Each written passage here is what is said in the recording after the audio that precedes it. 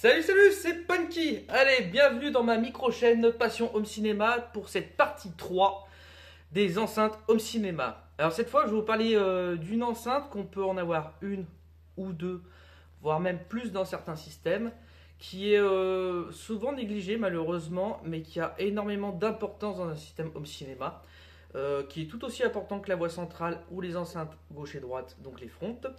Et c'est celle qui va donner l'impact. Donc je vous laisse deviner ce que c'est. Allez, on se retrouve devant. Eh ben, nous y voilà devant le caisson de basse. J'ai toujours un problème de lumière sur ce machin. On va essayer de régler ça comme il faut. Bon, on va dire que ça passe. Donc le caisson de basse est là pour tout ce qui est basse fréquence et les infrabasses. Donc tout ce qui descend en dessous de 30 Hz, 25 Hz. Voilà. Donc les Hertz, comme je l'avais expliqué, c'est le nombre de battements par seconde. Donc 20 Hz fait 20 battements en une seconde. Voilà. Donc ce caisson de basse est un ellipson. Le sub 10. Donc c'est une membrane de 10 pouces. Donc je crois qu'il fait, il fait 26 cm. Voilà. Ou 20, je sais plus si c'est 25 ou 26. Bon, je me souviens plus. Je vais bientôt aussi m'acheter la version au-dessus, le sub 12 qui est sorti cette année. Ils ont mis du temps avant de le faire parce que ça date quand même de 2017. C'est cette gamme-là. Voilà. Donc qu'est-ce que je peux dire dessus? Ben, lui, il va être hyper important, mais vraiment important. Parce que comme je l'ai expliqué dans la précédente vidéo, les enceintes peuvent faire du grave. Mais l'ampli Home Cinéma n'est pas prévu pour diffuser du grave sur les enceintes, vu qu'il a un canal spécifique pour le caisson de basse. Donc lui, son but dans l'ampli Home Cinéma, c'est d'extraire les basses fréquences des bandes sonores des films qui vont sur toutes les enceintes vers le caisson de basse. Voilà pourquoi c'est important.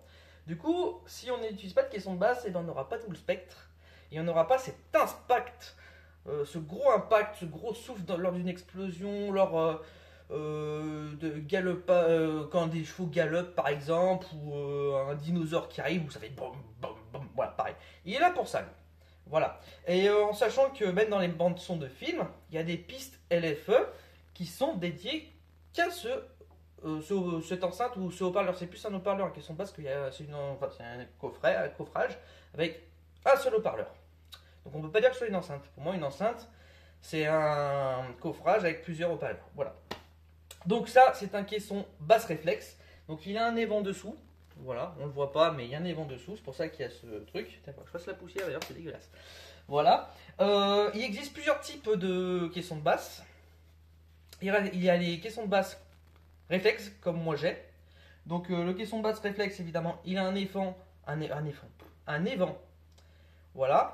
Qui va faire sortir et entrer de l'air dans la caisse.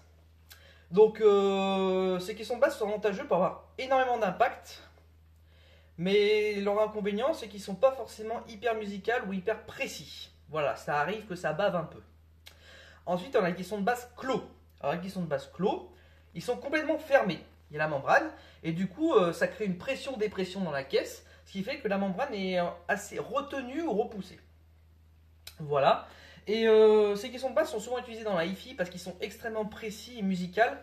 Mais le problème, c'est qu'ils ont besoin d'une grosse alimentation derrière, donc beaucoup de watts pour pouvoir les faire bouger parce que forcément, il n'y a pas, ils sont un peu restreints par rapport au fait qu'ils soient enfermés dans un caisson.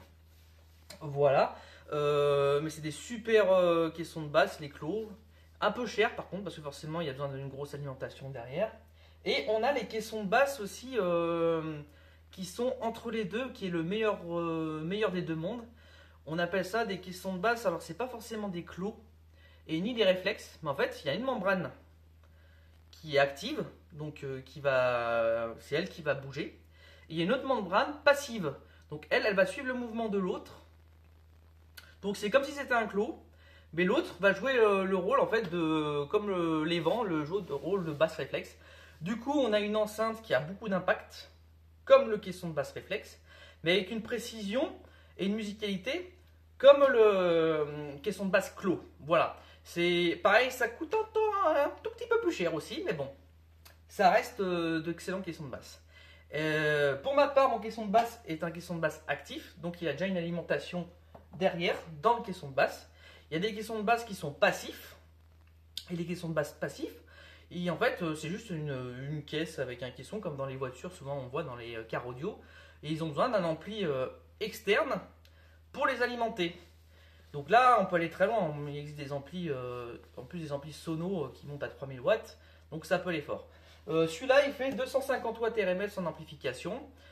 Il est réglé forcément à la moitié de sa puissance pour qu'il y ait de la réserve, ce qui est très important. Jamais mettre un amplificateur de caisson de basse à fond. Voilà. Et après, c'est le préampli Home Cinéma qui va gérer, le niveau sonore, enfin les décibels, le volume, tout ça. Voilà. Et après, je crois que c'est déjà pas mal, hein. Il y a déjà pas mal de choses à voir. Mais surtout pas négliger, très très très important. Allez. Et voilà, c'est la fin de cette vidéo. Donc j'espère que vous avez apprécié cette séquence sur ce troisième chapitre sur le caisson de basse. Voilà. Alors moi j'en ai choisi deux pour une raison simple. Je vais l'expliquer.